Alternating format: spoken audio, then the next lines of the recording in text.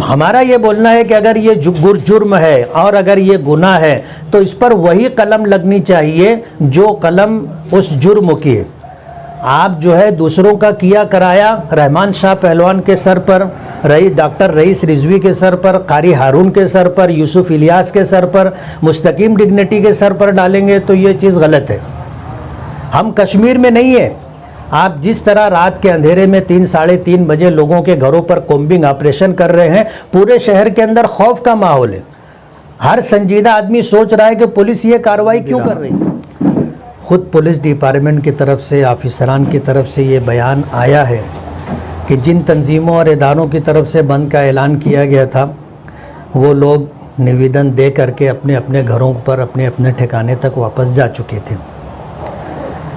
शहर में कुछ लोगों ने बाकायदा प्लानिंग के तहत कुछ इस तरह की हरकत की जिसकी वजह से शहर के हालात बिगड़ने लगे। पुलिस डिपार्टमेंट की नफरी बहुत कम थी। मालेगांव में बहुत सारे पुलिस मित्र कहो या शहर के अमन व अमान के ख़्वाह अफराद कहो, पुलिस डिपार्टमेंट की वो मदद करते रहे। हमने ये देखा और अपने कानों से सुना कि हंगामा करने वाले जो 150 बच्चे थे उससे ज़्यादा उनको समझाने वाले लोग थे। और इस बात को पुलिस डिपार्टमेंट भी अच्छी तरह महसूस करता है और इस बात को जानता है। हमें तो ये खबर मिली है कि ये प्रोग्राम करने के लिए बाकायदा बच्चों को तैयार किया गया था। बच्चों को कुत्ता गोली खिला करके उनको टारगेट दिया गया था। सहारा हॉस्पिटल के पास वहाँ पत्थर वगैरह थे नहीं, पत्थर बाकायदा ला करके वहाँ डाला गया था और ये बात पुलिस डिपार्टमेंट को पता है। लेकिन उसके बावजूद पुलिस डिपार्टमेंट जो असल आरोपी हैं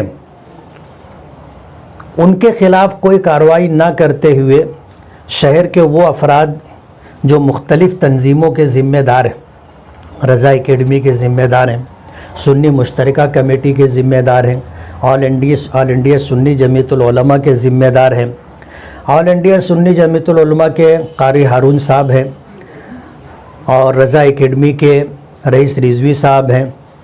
इसी तरह मुश्तरका सुन्नी तंजीम के ज़िम्मेदार यूसुफ इलियास साहब हैं, शाह बिरादरी के ज़िम्मेदार रहमान शाह पहलवान हैं और इसी तरह जनता दल सेकुलर के मुस्तकीम डिग्निटी है। ये वो शहर के ज़िम्मेदार अफराद हैं जिन्होंने अपना काम लॉ एंड ऑर्डर के दायरे में रहते हुए मुकम्मल कर लिया था, जिसका एतराफ़ आईजी साहब ने भी, पुलिस डिपार्टमेंट के आला ऑफिसरान ने भी किया। मेरा ये कहना है कि इस शहर के अंदर पुलिस जिस तरह की कार्रवाई कर रही है ये खुला हुआ जुल्म और अन्याय। आपने इस बात को महसूस किया और जो FIR रजिस्टर की गई उसकी कॉपी जो सामने आई है उसमें ऐसी धाराएं डाली गई हैं जिसमें ज़मानत नहीं है। 353 का केस डाला गया है, 307 का केस डाला गया है, 395 की कलम लगाई गई है। इस तरह की जो धाराएं दी गई हैं इसमें जो लोग गिरफ्तार होंगे उनकी ज़मानत मुश्किल हो जाएगी।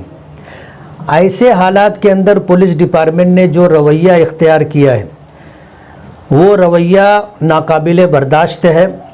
शहर के लोग इस बात को लेकर के बहुत ज़्यादा तशवीश में मुब्तला हैं कि पुलिस डिपार्टमेंट सबको एक लकड़ी से हाँक रहा है।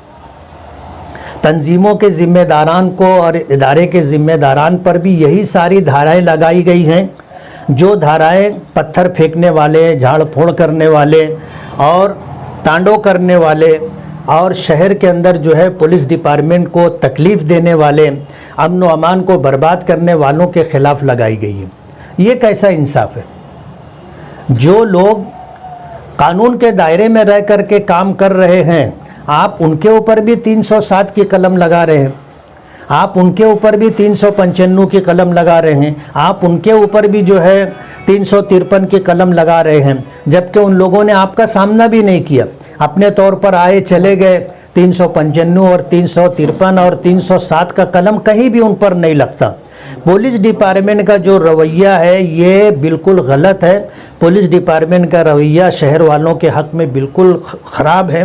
मैं ये कहना चाहूँगा कि हम कश्मीर में नहीं है कि 150 पुलिस की नफरी कल रात में रहमान शाह के घर पहुंची और उसको वहां से उठा करके लाए। उसका मानो जुर्म सिर्फ इतना है कि उसने जो है निवेदन देने के साथ जुमा की नमाज से पहले आ करके उसने एक बाइट दी है। हमारा ये बोलना है कि अगर ये जुर्म है और अगर ये गुनाह है तो इस पर वही कलम लगनी चाहिए जो कलम उस जुर्म की है। आप जो है दूसरों का किया कराया रहमान शाह पहलवान के सर पर, डॉक्टर रईस रिजवी के सर पर, कारी हारून के सर पर, यूसुफ इलियास के सर पर, मुस्तकीम डिग्निटी के सर पर डालेंगे तो ये चीज़ गलत है। हम कश्मीर में नहीं है। आप जिस तरह रात के अंधेरे में 3 साढ़े 3 बजे लोगों के घरों पर कॉम्बिंग ऑपरेशन कर रहे हैं, पूरे शहर के अंदर खौफ का माहौल है। हर संजीदा आदमी सोच रहा है कि पुलिस ये कार्रवाई क्यों कर रही है। हमें तो हैरत और दुख इस बात का हो रहा है कि जिन्होंने पुलिस की मदद की थी, पुलिस उनके खिलाफ भी कार्रवाई कर रही है। ये मामला ले करके हम लोग होम मिनिस्ट्री में जाने वाले। आज मैं होम मिनिस्ट्री को लेटर दे रहा हूं कि पुलिस डिपार्टमेंट जो है यहाँ पर जुल्म व ज़्यादती कर रही है और पुलिस डिपार्टमेंट का रवैया नाइंसाफ़ी पर मबनी है। अगर गुनाह है तो जिसका इस मामले में जितना रोल है उस पर उतनी ही कलम लगनी चाहिए और उनको भी जो है अपनी सफाई का पूरा हक देना चाहिए। आज जिस तरह का रवैया इख्तियार किया गया है ये रवैया गलत है। सबको एक लकड़ी से हाँकना और ऐसी धाराएं लगाना जिसमें ज़मानत मुश्किल हो जाए और आदमी महीनों जेल में पड़ा रहे, ये बात बराबर नहीं।